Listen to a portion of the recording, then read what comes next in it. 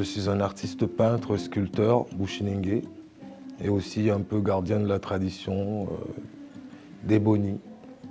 Alors je suis là pour, comme j'ai tendance à me le dire, représenter la communauté à travers l'art traditionnel qui nous est cher en fait, et surtout moi, parce que c'est une tradition familiale, culturelle. Voilà, donc je suis là pour parler du peigne afro, qu'on appelle cancan. Alors, l'art tembe, tembe dans le langage bushinengue signifie art, et c'est surtout que ce qui est exprimé dedans est une forme d'expression de sentiment, c'est une poésie basée sur de la géométrie, qui a été créée surtout à une période où, après l'esclavage, il y avait besoin d'exprimer des sentiments qui étaient refoulés pendant plusieurs décennies, voire siècles. Donc certaines formes géométriques ont été reprises ou mélangées ensemble pour créer des phrases, pour exprimer à peu près tout ce qu'on ressentait pour les femmes. Parce que d'après ce qu'on m'en a raconté, c'était devenu un peu difficile de trouver des mots, puisque pendant cette période esclavagiste, ben, on n'avait pas la possibilité de parler d'amour. Bien souvent, c'était juste de la procréation pour la survie ou surtout pour les colons eux-mêmes.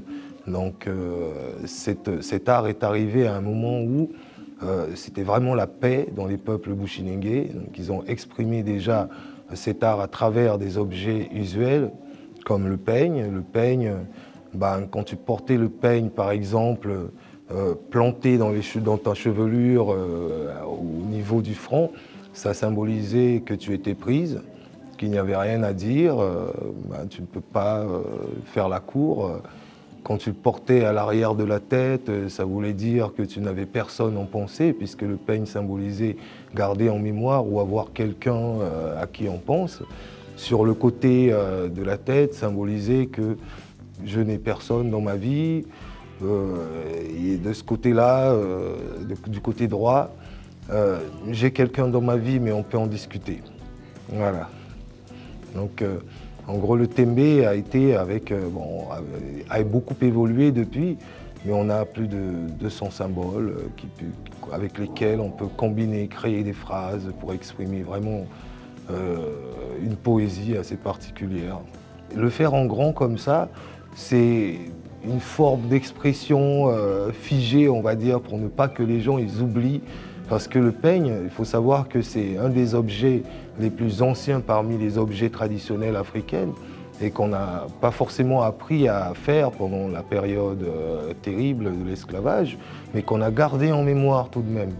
Donc l'exprimer en plus grand, en fait, permet de ne pas passer à côté.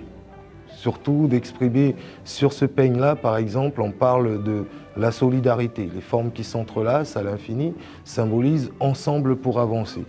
Ne pas oublier qu'ensemble, nous sommes plus forts et que nous pouvons avancer plus loin. Alors, le tembe est comme je disais, avait été créé à une période assez particulière, mais ce n'est pas un style d'art qui est figé. Il est en constante évolution. Donc, ce qu'on pouvait exprimer à l'époque était confiné par quelques symboles, mais on a la possibilité d'en créer de nouveaux.